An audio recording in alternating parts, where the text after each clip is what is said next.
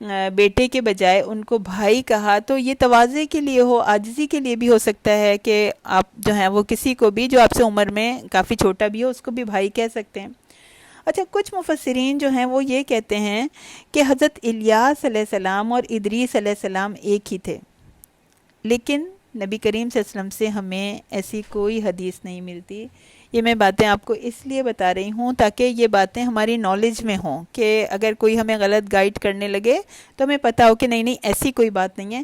چونکہ نبی کریم صلی اللہ علیہ وسلم کی کسی حدیث سے یا قرآن کی کسی آیت سے ہمیں ایسی کوئی بات پتہ نہیں چلتی، تو ہم اس بات کو ہرگز نہیں لے سکتے۔ ہم صرف انہی باتوں کو لیں گے جو وحی الہی یعنی اس قرآن کے ذریعے سے یا اس حدیث کے ذریعے سے ثابت ہو۔ اب تفسیر مظہری میں ایک کوٹیشن ہے کہ جو ان کے رائٹر ہیں قاضی ثناء اللہ پانی پتی، وہ یہ کہتے ہیں کہ ادریس علیہ السلام نوح علیہ السلام کے پردادا اور حضرت شیث علیہ السلام کے نواسے تھے، اور وہ کہتے ہیں کہ آپ کا نام اخنوق تھا، اور آپ کو درس کتب کی وجہ سے، یعنی آپ کثرت سے کتابیں پڑھتے تھے، اس وجہ سے آپ کو ادریس کہا گیا۔ حالانکہ یہ ادریس جو ہے یعنی جو درس کا ورڈ ہے یہ تو عربک ورڈ ہے نا، تو لیکن جو ادریس نام ہے وہ غیر منصرف ہے، یعنی یہ عربک نیم نہیں ہے، تو اس کی حقیقت کا نہیں کہا جا سکتا، مگر کچھ مفسرین کہتے ہیں ہو سکتا ہے کہ یہ جس زبان کا بھی لفظ ہو یہ ادریس، تو ہو سکتا ہے کہ اس میں بھی اس زبان میں بھی اس کے معنی کثیر الدرس کے ہوں، یعنی بہت زیادہ جو ہے وہ کثرت سے کتابیں پڑھنے والے۔ پھر ایک بہت امپورٹنٹ بات ہے کہ ہمیں یہ پتہ ہونا چاہیے کہ حضرت ادریس علیہ السلام نے قلم سے لکھنا ایجاد کیا، اور انہوں نے کپڑے سینا ایجاد کیا، یعنی سوئی دھاگے کے ذریعے کس طرح کپڑے سیے جاتے ہیں یہ انہوں نے انوینٹ کیا، اور سلا ہوا کپڑا پہننا سب سے پہلے انہوں نے انوینٹ کیا۔ اس سے پہلے جو ہے وہ لوگ کھالوں کو جو ہے وہ بطور لباس پہنتے تھے، یعنی کھالوں کا لباس پہنا کرتے تھے، اور انہوں نے ہی سب سے پہلے ہتھیار بنائے اور کافروں سے جنگ کی۔ اس کے علاوہ یہ بھی ان کا بہت بڑا کریڈٹ ہے کہ وہ علم حساب کے بھی موجد ہیں، یعنی علم ہندسہ سمجھتے ہیں، جیومیٹری، وہ بھی انہوں نے ایجاد کی۔ آپ دیکھیں گے یہ سننے میں کیسا لگ رہا ہے کہ ہم کیا سمجھتے ہیں، ہمارا کیا آئیڈیا ہوتا ہے کہ اگر دین کا علم حاصل کر لیا تو دنیا کے علم کے لحاظ سے بالکل ہی جاہل ہوں گے، کچھ پتہ ہی نہیں ہوگا، نہ کمپیوٹر سائنس کا کچھ پتہ ہوگا، نہ ٹیکنالوجی کا کچھ پتہ ہوگا، اور اگر دنیا کے حساب سے علم حاصل کر لیا تو پھر دین کا کچھ نہیں پتہ ہوگا۔ ہمارا دو الگ الگ فیلڈ ہیں ہمارے، کہ بس ہم صرف وہی کر سکتے ہیں۔ ہمیں اللہ تعالیٰ ایک کیسے رول ماڈل دکھا رہا ہے کہ دنیا کے لحاظ سے بھی بہترین، یعنی دنیا کا علم بھی ہے اور دین کا علم بھی پیک پر ہے، ایٹ اے ٹائم ہے، دونوں ساتھ ساتھ ہیں۔ ٹیکنالوجی میں بھی نمبر 1 ہے، اور اس میں بھی دین میں عبادت میں بھی نمبر 1 ہے، تبلیغ میں بھی نمبر 1 ہے۔ تو کہا جا رہا ہے وَاذْكُرْ فِي الْكِتَابِ ادریس، حضرت ادریس علیہ السلام کے بارے میں بہت سے قصے مشہور ہیں کہ وہ آسمانوں پر چلے گئے اور وہاں پر ان کے لیے ایک بہت بڑا تخت بنایا گیا، اور اس طرح سے کچھ ہوتا تھا، یعنی جو مشہور جو باتیں بتا رہی ہوں آپ کو تاکہ آپ ان کو آئیڈینٹیفائی کر سکیں، کہ وہ کہتے تھے کہ جس کی نیکیاں جو ہیں وہ گناہوں پر بھاری ہو گئیں تو وہ دیوتا اور اوزریس کے پاس چلا جاتا ہے۔ حضرت ادریس کو کہا جاتا تھا کہ یہ ان کے پاس چلا جائے گا، اور اوزریس جو یعنی ان کے لیے یوز ہوتا تھا، اور یہ بھی مشہور تھا کہ اوزریس نے آسمانوں پر چڑھنے سے قبل لوگوں کو بہت سے علوم سکھائے۔ اب لیکن مسلمان جو ہیں وہ کہانی قصے کی باتوں میں چٹخاروں میں نہیں لگے رہتے، ہمارے لیے ان کے بارے میں قرآن مجید کی دی ہوئی معلومات کافی ہیں، جتنا اللہ تعالیٰ نے ہمارے لیے مناسب سمجھا ہمیں بتا دیا۔ بائبل میں بتایا جاتا ہے کہ ایک بزرگ کا نام آتا ہے جن کا نام ہنوک بتایا جاتا ہے، کہ بعض مفسرین کا خیال ہے کہ یہی حضرت ادریس علیہ السلام ہیں، اور بائبل میں ان کے بارے میں آتا ہے کہ وہ 300 ایئرس جو ہیں وہ خدا کے ساتھ ساتھ چلتے رہے اور پھر اس کے بعد وہ غائب ہو گئے کیونکہ اللہ نے ان کو اٹھا لیا. اس طرح کی روایات، اور تلمود میں بھی کچھ اسرائیلی روایات آتی ہیں کہ ان کے حالات اس طرح تفصیل سے بیان کیے جاتے ہیں کہ یہ حضرت نوح کے بعد آئے اور یہ اپنی اس طرح سے زندگی بسر کرتے رہے کہ لوگوں کو طریقے بتانے کے لیے، لوگوں کو عمل کے لیے، واعظ و تلقین کے لیے یہ مشہور رہے، اور انہوں نے اللہ کی عبادت بھی کی، اور یہ 353 ایئرس تک جو ہیں وہ حکمران رہے. تو ان کے عہد میں کہا جاتا ہے کہ زمین میں اللہ کی رحمتیں برستی رہیں. تو اچھا ایک چیز اور ہے کہ جو اسرائیلی روایات جن میں فیبریکیٹڈ قصے ہیں وہ بھی بہت سارے ہیں، ان کے بارے میں بہت سارے مشہور ہیں، لیکن ان کا تذکرہ ہی بیکار ہے، ان کا تذکرہ کرنے کا کوئی فائدہ نہیں ہے، اور ان پر یقین بھی نہیں کرنا چاہیے.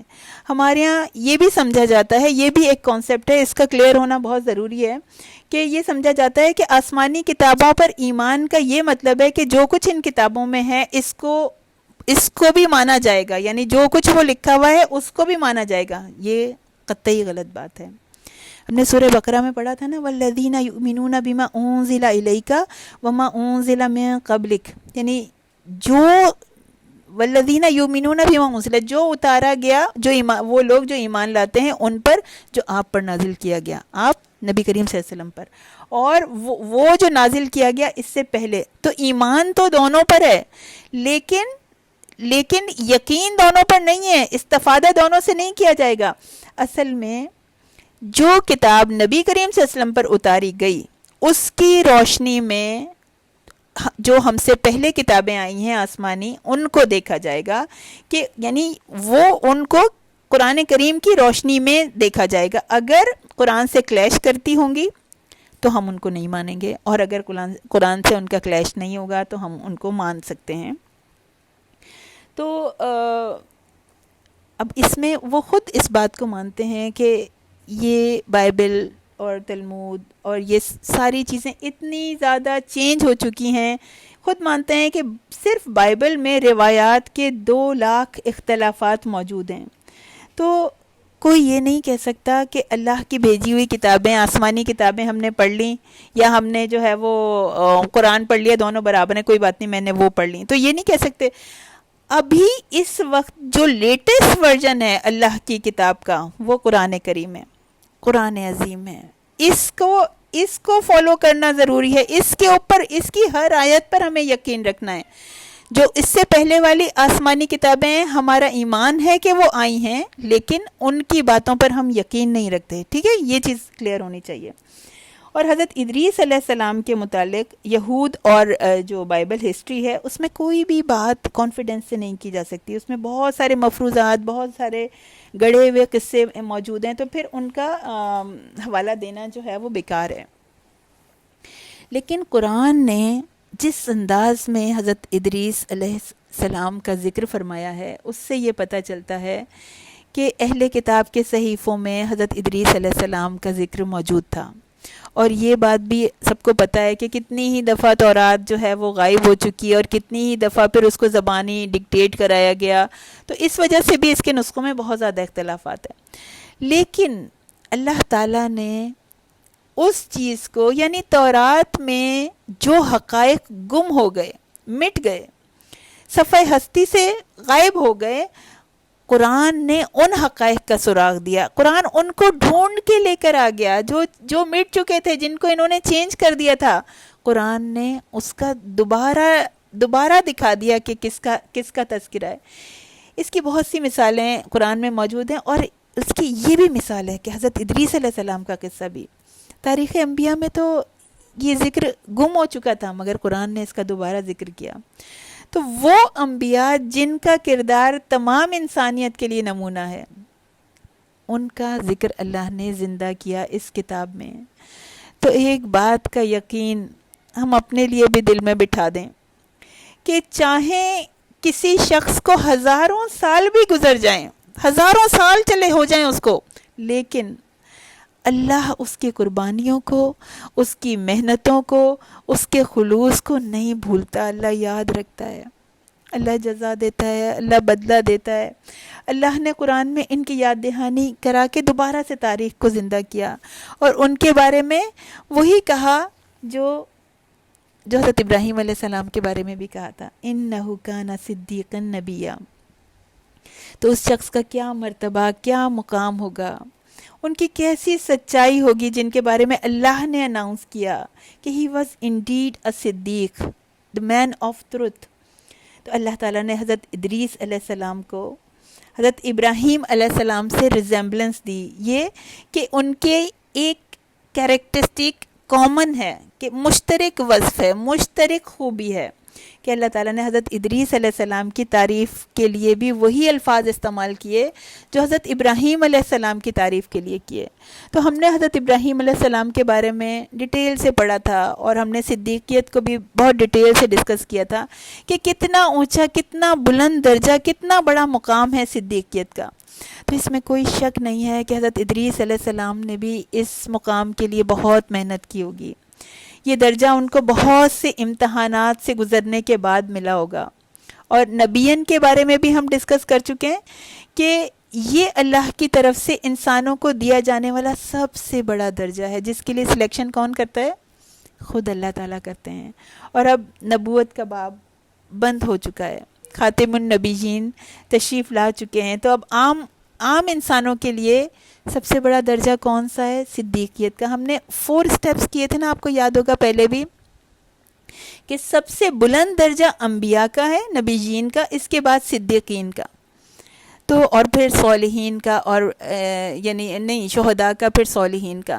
تو اس کے لیے کرنا ہم نے اس وقت بھی ڈسکس کیا تھا، وَمَن يُطِعِ اللَّهَ وَالرَّسُولَ، جس نے اطاعت کی اللہ اور اس کے رسول کی، فَأُولَٰئِکَ مَعَ الَّذِينَ أَنْعَمَ اللَّهُ عَلَيْهِمْ، تو وہ ان لوگوں کے ساتھ ہوگا جن پر اللہ نے انعام کیا۔ وہ کون لوگ ہوں گے؟ مِنَ النَّبِيِّينَ وَالصِّدِّيقِينَ وَالشُّهَدَاءِ وَالصَّالِحِينَ۔ تو یعنی ہمیں کیا بتا رہا ہے اللہ تعالیٰ کہ کوالیفیکیشن یہ ہوگی، یعنی وَمَن يُطِعِ اللَّهَ وَالرَّسُولَ، جس نے اطاعت کی اللہ کی اور رسول کی، کوالیفیکیشن یہ ہونی چاہیے اس کو کوالیفائی کرنے کے لیے۔ تو جس درجے کی اطاعت ہوگی اس درجے کے اسٹیپ تک آپ اپروچ کر سکیں گے۔ تو اِنَّهُ كَانَ صِدِّيقًا نَبِيًّا، کانا جو ہے جب کسی صفت سے پہلے آتا ہے تو اس کا مطلب یہ ہوتا ہے کہ اس شخصیت کے ساتھ یہ صفت لازم و ملزوم ہے، بالکل کمپلسری ہے، جزو ہے ان کی ذات کا۔ تو قرآن کریم سے معلوم ہوا کہ وہ عظیم نبی تھے اور ساتھ ساتھ صدیق بھی تھے۔ سچائی تو حدیث میں آتا ہے نا کہ نجات دینے والی ہوتی ہے۔ اور اس کے اسماعیل علیہ السلام سے بھی ان کی ریزمبلنس ملتی ہے، کہ مفسرین نے قرآن کے ایک ایک لفظ پہ غور کیا ہے، بڑا تدبر کیا ہے۔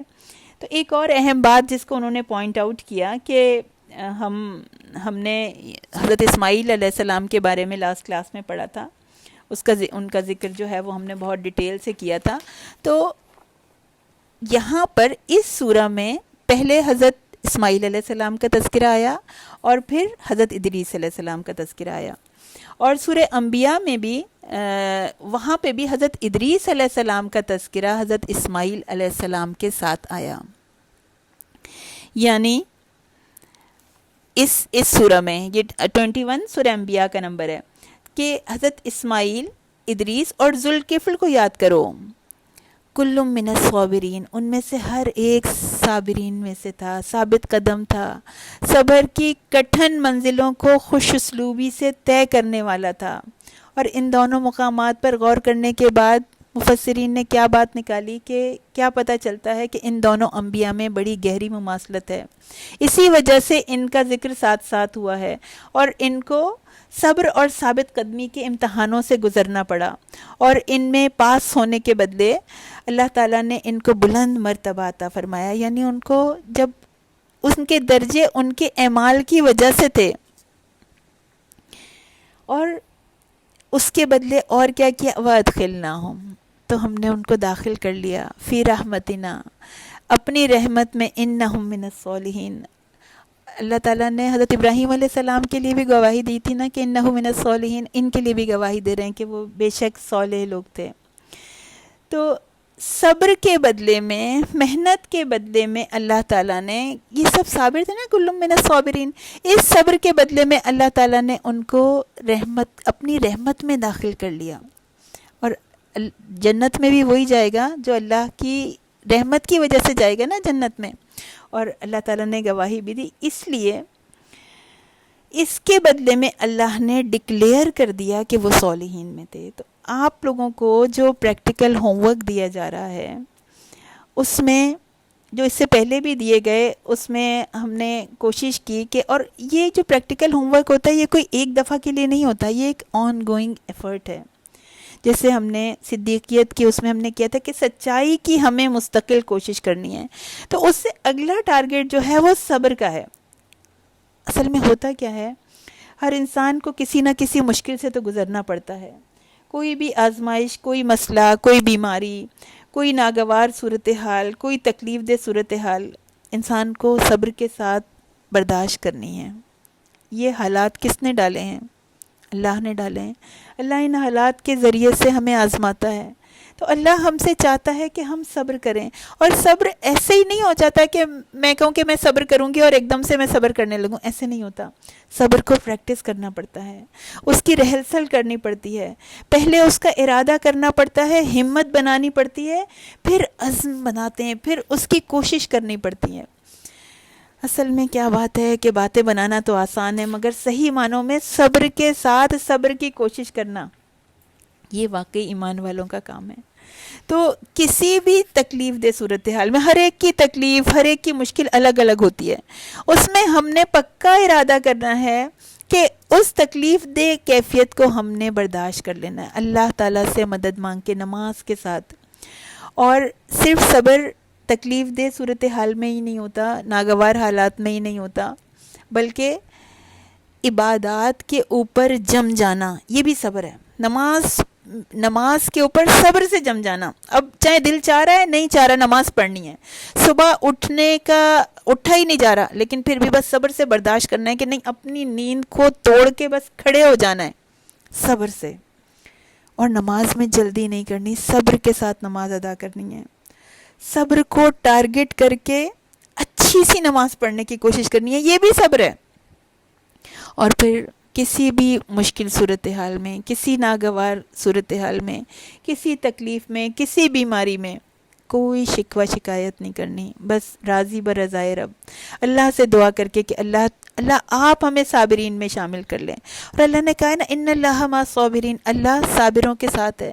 جس طرح اللہ تعالیٰ نے حضرت اسماعیل علیہ السلام کو، حضرت ادریس علیہ السلام کو اپنی رحمت میں صبر کے بدلے داخل کرا، اسی طرح انشاءاللہ تعالیٰ ہمارے بھی سارے مسائل حل کر دے گا. یہ امتحان ہوتے ہیں، یہ حالات جو آتے ہیں ہمارے اوپر، ہم اپنے آپ کو سمجھا لیں، ہم اطمینان دلا لیں کہ یہ وقت گزر جائے گا. ہر مشکل جو ہے، ہر مشکل کے بعد آسانی آتی ہے. انسان اللہ کی اطاعت اور زیادہ کرے، عبادت پر اور زیادہ فوکس کرے، اللہ بلند درجات سے نوازیں گے. ہر ایک کی آزمائش الگ طرح ہوگی. گناہوں سے دور رہنے پر بھی صبر کرنا ہے، دور اپنے آپ کو روکے رکھنا ہے کہ ہمیں گناہ نہیں کرنے، چاہے میرا کتنا ہی دل چاہ رہا ہو، لیکن مجھے پتہ ہے یہ گناہ ہے، میرے رب کو پسند نہیں آئے گا، مجھے نہیں کرنا. بری خواہشات سے بچنے کے لیے بھی صبر کے ساتھ جمے رہنا ہے. ایسی بری چیزیں، ایسے فتنے جو انسان کو، جو اللہ تعالیٰ کو پسند نہیں ہے، ہمیں پتہ ہے کہ یہ اللہ کو پسند نہیں ہے، تو انسان کو کوشش کرنی ہے کہ صبر کے ساتھ جمے رہیں. اب صرف ہوم ورک ڈن کر کے لکھ دینا، ٹیچر کو بھیج دینا، تو یہ تو آسان ہے، مگر اپنی زندگیوں میں بہترین مومن بننے کے لیے بس ہمیں ان کوششوں کو، ان ٹارگیٹس کو مارک کر کے رکھنا ہے، کہ اس کو اپنے ٹارگیٹ لسٹ میں رکھنا ہے، ہر ٹارگیٹ کو، کہ ہے تو مشکل کام لیکن انشاءاللہ تعالی ہمیں کرنا ہے. دنیا کے مارکس لینا بہت آسان ہے، مگر اللہ کی رینکنگ میں بڑھ جانا بہت مشکل ہے. اللہ کرے ہم واقعی کوشش کر کے اللہ کے ہاں اپنا رینک بڑھا لیں، ہمارا درجہ بلند ہو جائے. اور ہم میں سے ہر ایک کی آزمائش آئے گی. وَلَنَبْلُوَنَّكُمْ بِشَيْءٍ، اللہ تعالیٰ ہم میں سے ہر ایک کو آزمائے گا. یہ کوئی نہ سمجھے کہ اس کی آزمائش نہیں ہوگی. ہر کوئی الگ طرح سے آزمایا جائے گا, اس کی نوعیت الگ الگ ہوگی. من الخوف والجوع, کوئی خوف سے آزمایا جائے گا, کوئی بھوک سے آزمایا جائے گا. ونقص من الاموال, کوئی اموال کے نقصان سے آزمایا جائے گا, کوئی جانوں کے نقصان سے آزمایا جائے گا, کوئی پیسے کے, دولت کے, ثمرات کے نقصان سے آزمایا جائے گا. اللہ تعالیٰ کہہ رہے ہیں وہ بشر الصابرین. تو خوشخبری کنہیں دے دیجئے؟ ان صبر کرنے والوں کو. وہ لوگ الذین اذا اصابتہم مصیبت, جن کو کوئی بھی مصیبت پہنچی, کوئی بھی تکلیف پہنچی, بیماری کی شکل میں ہے, آزمائش کی شکل میں ہے, مسائل کی شکل میں ہے, ان کا کیا کہنا ہے؟ وہ کیا کہتے ہیں جب وہ تکلیف پہنچتی ہے؟ قالوا انا للہ و انا الیہ راجعون. ہم تو اللہ ہی کے لیے ہیں اور ہمیں تو اللہ ہی کے پاس پلٹ کر جانا ہے. اور تو اللہ تعالیٰ کیا کہتا ہے؟ کتنا پیارا جملہ کہتا ہے اللہ تعالیٰ ان کے لیے, اولئک علیہم صلوات من ربہم ورحمہ واولئک ھم المہتدون. اللہ کہتا ہے وہی ہدایت یافتہ ہیں, ان پر ہی اللہ کی طرف سے رحمتیں ہیں. تو اللہ تعالیٰ نے حضرت ادریس کے لیے بھی اس کے بدلے میں ان کو کس چیز سے نوازا؟ وَرَفَعْنَاهُ مَكَانًا عَلِيًّا. اللہ تعالیٰ نے حضرت ادریس کو ان کے صبر کی ثابت قدمی کے بدلے میں, ان کی استقامت کے بدلے میں, ان کی صدیقیت کے بدلے میں, ان کو اللہ تعالیٰ نے بلند مقام سے نوازا. انہوں نے دوسروں تک سچائی کا پیغام پہنچایا, اللہ کو بہت پسند آیا. تو اللہ تعالیٰ نے کہہ دیا وَرَفَعْنَاهُ, ہم نے ان کے مکان کو ایلیویٹ کر دیا, بلند کر دیا. مگر یہ جو مکانن علیہ ہے, اس پہ بہت تبصرے ہوئے. کچھ لوگوں نے کہا کہ انہیں زندہ آسمان پر اٹھا لیا گیا, کسی نے کہا کہ فرشتے نے اپنے پر پہ بٹھا کے جو ہے وہ ان کو آسمان تک پہنچا دیا. تو اس سلسلے میں بہت ساری روایات موجود ہیں, مگر ان میں سے کوئی بھی صحیح سند نہیں رکھتی. کچھ نے کہا کہ جیسے حضرت عیسیٰ علیہ السلام کو اٹھایا گیا تھا تو اس طرح سے انہیں بھی اٹھایا گیا. اس کے لیے وہ حوالہ دیتے ہیں ترمذی کی حدیث کا, کہ جس میں نبی کریم صلی اللہ علیہ وسلم نے کہا تھا کہ وہ چوتھے آسمان پر یعنی معراج میں نبی کریم صلی اللہ علیہ وسلم کی حضرت ادریس سے ملاقات ہوئی تھی. تو اس میں تو سارے ہی انبیاء سے ان کی ملاقات ہوئی تھی نا, تو اس کے ذریعے سے تو یہ بات ثابت نہیں ہوتی. تو مکانن علیہ مقام اور مرتبے کے لیے بھی استعمال ہوتا ہے, بشرطے کہ اس میں یعنی کوئی مختلف یعنی کوئی ڈیفرنٹ میننگ کا اس میں کوئی قرینہ نہ موجود. اور یہاں پر تو کوئی قرینہ موجود نہیں ہے, بلکہ اس کے خلاف ہی قرینہ موجود ہے. یعنی حضرت عیسیٰ علیہ السلام کے بارے میں کہا جاتا ہے نا کہ اللہ تعالیٰ نے ان کو اٹھا لیا تھا. تو حضرت عیسیٰ علیہ السلام کے آسمانوں پر اٹھائے جانے کو قرآن کریم نے واضح طور پر اہتمام کے ساتھ بیان فرمایا. قرآن میں بھی اس کو ڈیٹیل میں بیان کیا گیا, اور احادیث میں بھی کثرت سے احادیث ملتی ہیں حضرت عیسیٰ کے آسمانوں پر اٹھائے جانے میں. اور حضرت ادریس علیہ السلام کا جو آسمان پر زندہ اٹھائے جانا, یہ اگر ان کو اٹھایا گیا تو یہ تو ایک غیر معمولی بات تھی نا. لیکن نبی کریم صلی اللہ علیہ وسلم نے اس کے بارے میں کچھ بھی نہیں کہا. ہاں کچھ اسرائیلی روایات ہمیں ملتی ہیں, بلکہ وہ تو یہاں تک کہتے ہیں کہ ان کے گھوڑوں اور بگیوں سمیت جو ہے وہ ان کو آسمان پر اٹھا لیا گیا تھا. لیکن جمہور مفسرین کیا کہتے ہیں کہ یہ بات بہت واضح ہے کہ اللہ تعالیٰ نے ان کو یہ جو مکانن علیہ ہے, یہ بلند مقام اور مرتبے کے لیے آیا ہے کہ اللہ تعالیٰ نے کڑی مشکل امتحانات کے بعد جو ہے وہ ان کو مکانن علیہ عطا کیا, بہت بلند مرتبہ عطا کیا.